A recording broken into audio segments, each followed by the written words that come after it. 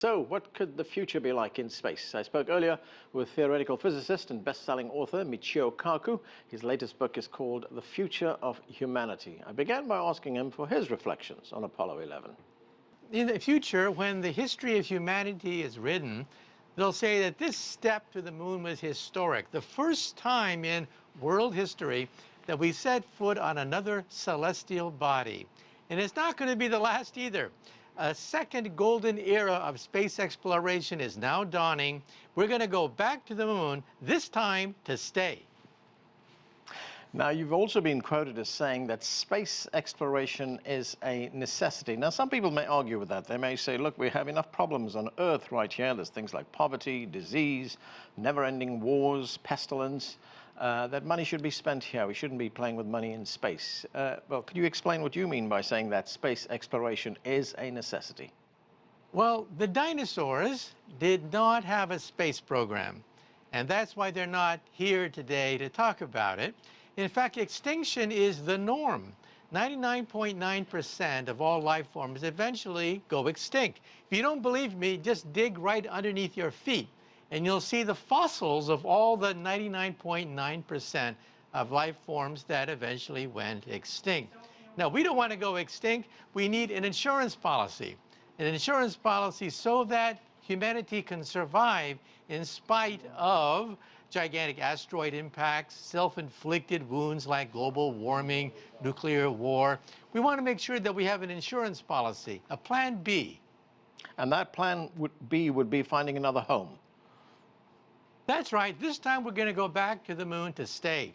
Within about a year or so, the first unmanned orbiter will go around the moon, and by 2024 or so, we're going to send humans to the moon.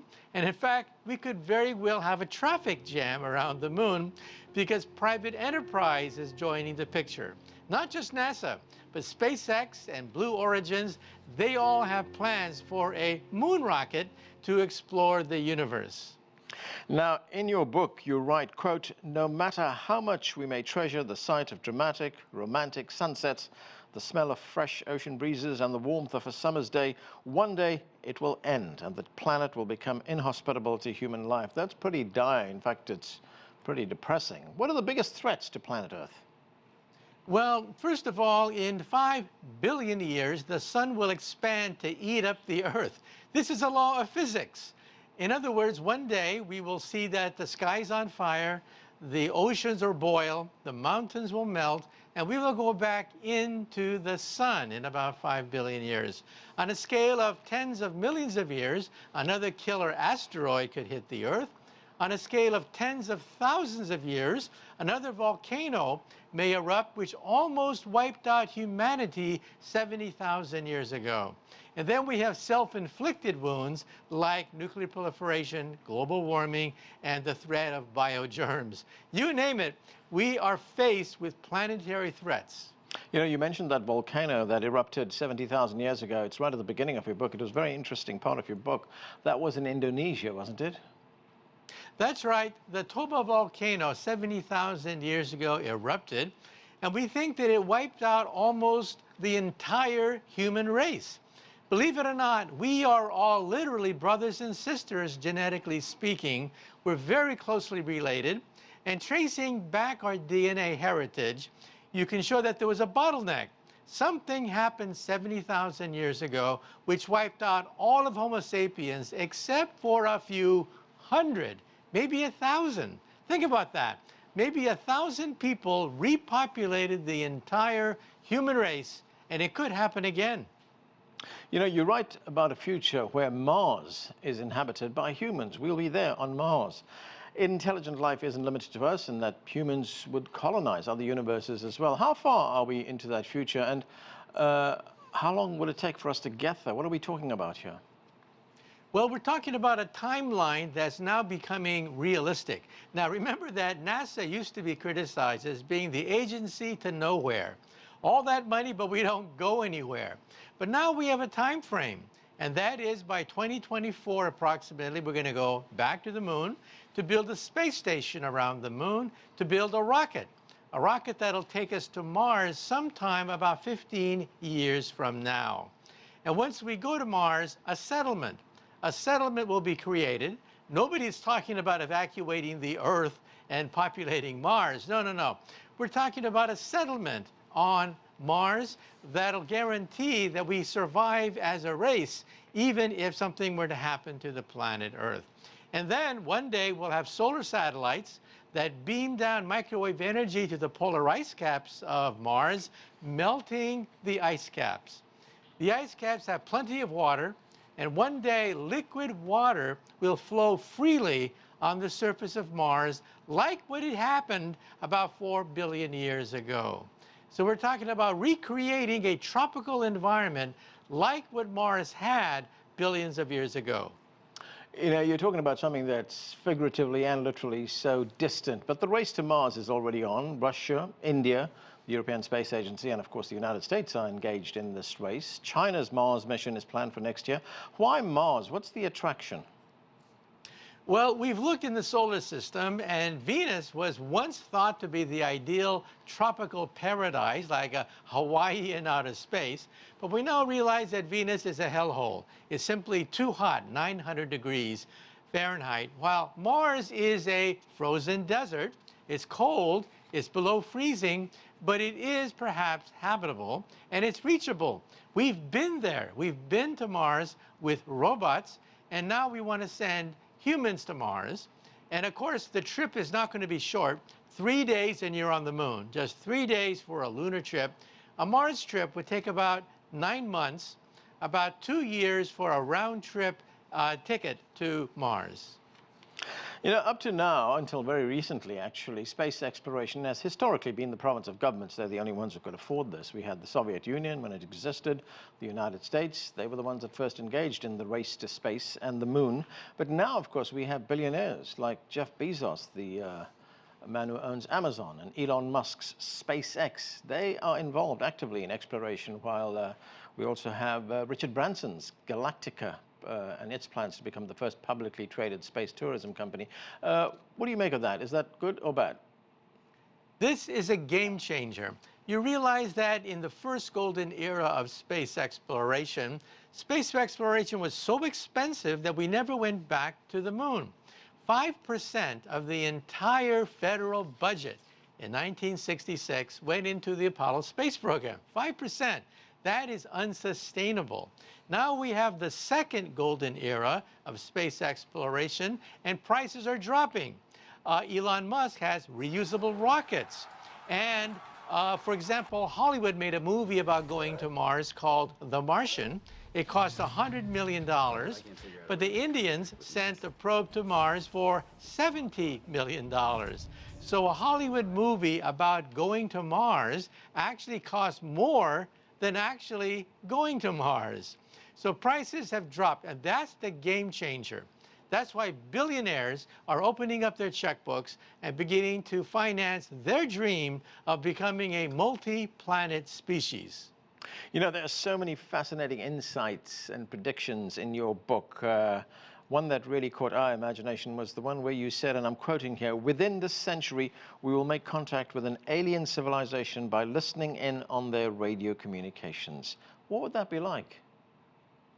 This would be one of the pivotal events in the history of the human race. Just think about the Europeans during the Middle Ages. When they encountered other peoples from other continents, it changed their whole world view, realizing that the world was bigger than just Europe. Now we realize that there are 4,000 planets orbiting other stars in our Milky Way galaxy, in our own backyard. And so I think that sometime in this century, given the fact that we are probing these planets for radio signals of any type, it's conceivable that we may eavesdrop on alien conversations, perhaps I Love Lucy in outer space, between aliens. And so I think that in this century, given the fact that we now have cataloged 4,000 planets, a handful of them are Earth-like, we may find a twin of the Earth in outer space. In fact, NASA has been talking about that. They've identified 7 Earth-sized planets orbiting near star, a nearby star. 3 of them have water. You write about it in your book, and you say, quote, "We may be on the verge of finding the holy grail of planetary astronomy, a twin of the Earth in outer space." How likely is that, and what would it mean? Yes, we now know that the closest star to the planet Earth is Proxima Centauri, part of the Alpha Centauri system.